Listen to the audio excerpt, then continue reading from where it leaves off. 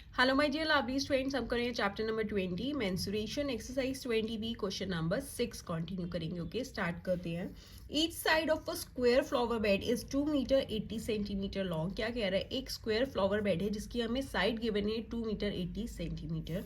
उसके बाद कह रहा है it is extended by digging a strip 30 centimetre wide all around it. उसके बाद जो है उस स्क्वायर बेड को ना एक्सटेंड कर दिया। कितना एक्सटेंड किया है? 30 सेंटीमीटर चारों तरफ से। अब हमें एरिया बताना है उस एनलार्ज फ्लावर बेड का। अब जो हमने एक्सटेंड किया है उसका एरिया कितना है वो बताना है, और ये भी बताना है कि कितना इंक्रीज हुआ है in the area of the flower bed. देखिए क्या कह रहा है, ये एक हमारा जो है स्क्वायर फ्लावर बेड है, ठीक है, जिसकी हमें साइड गिवन है। कितनी है ये? 2 मीटर 80 सेंटीमीटर है। अब क्या कह रहा है, ये वाला जो फ्लावर बेड है इसे एक्सटेंड कर दिया। कितना एक्सटेंड किया? 30 सेंटीमीटर चारों तरफ से। गिवन है ना 30 centimetre wide all around it, मतलब चारों तरफ से जो है इसे 30 सेंटीमीटर क्या है एक्सटेंड कर दिया। ओके, अब ये क्या हो गया? हमारा new flower bed, that is extended flower bed हो गया। ओके, अब हमें क्या करना है, एक तो इसका एरिया बताना है इस पूरे फ्लावर बेड का, और ये बताना है कि कितना इंक्रीज हुआ है। पहले वाला स्क्वायर बेड ये है और अब इंक्रीज होके इतना है, तो इसमें कितना गैप है, दैट मीन्स कितना इंक्रीज हुआ है। पहले इतना था अब इतना हो गया, तो ये वाला जो गैप है ये क्या है? हमारा इंक्रीज इन द एरिया। ठीक है, तो देखिए कैसे करेंगे। पहले हम नेमिंग कर देते हैं। ये हो गया ए, बी, ये हो गया सी, डी, ई, एफ, जी, एच।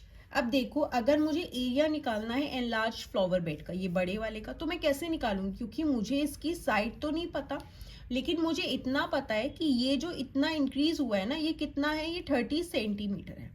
तो मैं अगर इस 2 मीटर 80 सेंटीमीटर तो इतनी है, इसमें अगर मैं ये 30 सेंटीमीटर ये और 30 सेंटीमीटर ये ऐड कर दूंगी तो मेरे पास ये पूरी लेंथ आ जाएगी। दैट मीन्स मेरे पास ये वाली साइड आ जाएगी। ठीक है, लेकिन अब आपको क्या ध्यान में रखना है, यहाँ पे हमें 2 मीटर 80 सेंटीमीटर, तो यूनिट हमें सेम करनी पड़ेगी। देखो अब हम कैसे करेंगे, हमें पता है 1 सेंटीमीटर किसके इक्वल होता है? 1/100 मीटर के इक्वल होता है। तो 80 सेंटीमीटर को मुझे मीटर में कन्वर्ट करना है, तो मैं क्या करूंगी, 80 को डिवाइड कर दूंगी 100 से। अब ये 0 से 0 कैंसिल हो गया, तो 1 0 बचा है, तो 1 डिजिट के बाद डेसिमल लगा देंगे, दैट इज ये हो गया 0.8 मीटर। ठीक है, और हमें ये बता रखा है कि जो ये एक्सटेंड हुआ है कितना हुआ है? 30 सेंटीमीटर हुआ है। अगेन मैं इसे भी मीटर में कन्वर्ट कर लूंगी, हो जाएगा 30 डिवाइडेड बाय 100। अगेन 0 से 0 कैंसिल हो गया, तो ये क्या हो गया? 0.3 मीटर। क्योंकि 1 0 है तो 1 डिजिट के बाद हम डेसिमल लगा देंगे। ठीक है, अब हम साइड निकाल लेते हैं किसकी? ए बी की। साइड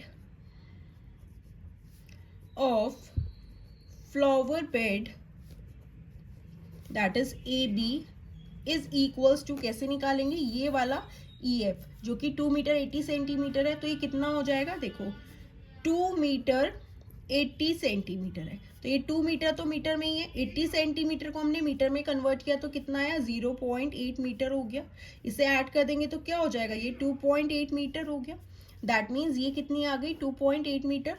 2.8 मीटर में मैंने ये जो एक्सटेंड हुआ था 0.3 ये भी ऐड कर दिया, और इधर जो एक्सटेंड हुआ था ये भी ऐड कर दिया, दैट इज 0.3। ठीक है, तो ये क्या हो गया? 2.8 प्लस 0.3, 0.3 ऐड करेंगे तो 0.6 हो गया।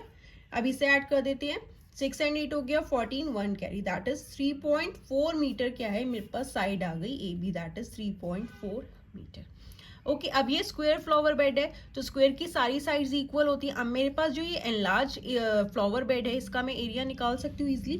तो कैसे निकालेंगे? एरिया ऑफ एनलार्ज्ड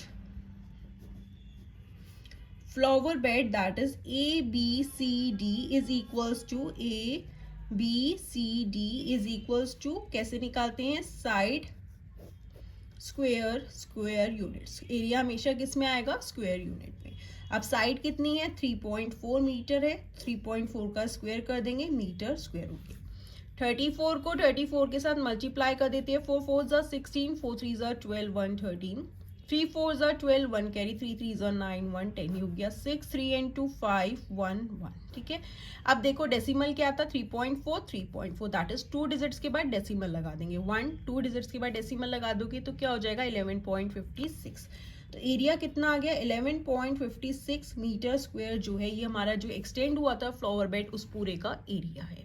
नेक्स्ट हमें क्या बताना है, इंक्रीज बताना है। ये वाला इंक्रीज हुआ है, पहले तो इतना था अब इतना और बढ़ गया, तो ये वाला पोर्शन क्या है हमारा, इंक्रीज है। अब ये कैसे बताओगे, अगेन बड़े वाले स्क्वायर बेड में से अगर हम अंदर वाला इनर वाला स्क्वायर बेड माइनस कर देंगे तो मेरे पास क्या बचेगा, ये वाला इंक्रीज इन एरिया आ जाएगा, ठीक है ना। तो उसके लिए मुझे क्या चाहिए, ये EFGH का भी एरिया चाहिए, ठीक है। तो इसका एरिया निकाल लेते हैं, area of flower bed that is EFGH, ठीक है। तो इसकी साइड कितनी है 2.8 मीटर स्क्वायर, तो इसका स्क्वायर कर देंगे। अब हम 28 को 28 के साथ मल्टीप्लाई कर देते हैं, देन हम 2 डिजिट्स के बाद डेसिमल लगा देंगे। 8 8 ज़ा 64, 8 2 ज़ा 16 एंड 6 ऐड करेंगे 22, 2 8 ज़ा 16, 1 कैरी, 2 2 ज़ा 4, 1 5, 4 6 into 8, 5 into 7, दैट इज ये हो गया 784, डेसिमल 2 डिजिट्स के बाद आ जाएगा, तो 7.84 मीटर स्क्वायर क्या है इस वाले फ्लावर बेड का एरिया आ गया। अब हमें क्या बताना है, increase in area, increase in area is equals to area of ABCD minus area of flower bed EFGH, ठीक है। बड़े वाले में से छोटे वाले फ्लावर बेड को माइनस कर देंगे तो हमारे पास क्या बचेगा, ये वाला एरिया, और इतना ही एरिया जो है इंक्रीज हुआ है, ठीक है ना, तो वो वाला एरिया आ जाएगा। ABCD का एरिया क्या है 11.56 है एंड EFGH का है 7.84, तो हमारे पास इंक्रीज इन एरिया आ जाएगा मीटर स्क्वायर, ठीक है। इसे माइनस कर देंगे, 11.56 को माइनस करेंगे 7.84, डेसिमल के नीचे डेसिमल आना चाहिए। 6 में से 4 गए 2, ये हो जाएगा 15, 15 में से 8 जाएंगे आपके पास क्या आ जाएगा 7, एंड यहाँ पे हो जाएगा 10, 10 में से 7 गए 3, दैट इज 3.72 मीटर स्क्वायर क्या है एरिया है जो हमारा ये इंक्रीज हुआ है। ओके, यही दोनों चीजें पूछी थी हमने, एरिया भी निकाल लिया इन लास्ट फ्लावर बेड का और कितना इंक्रीज हुआ है वो भी आ गया। ओके स्टूडेंट्स, बस ध्यान में देना यूनिट्स आपको सेम जरूर करनी है। So this was question number 6, now let's move to question number 7।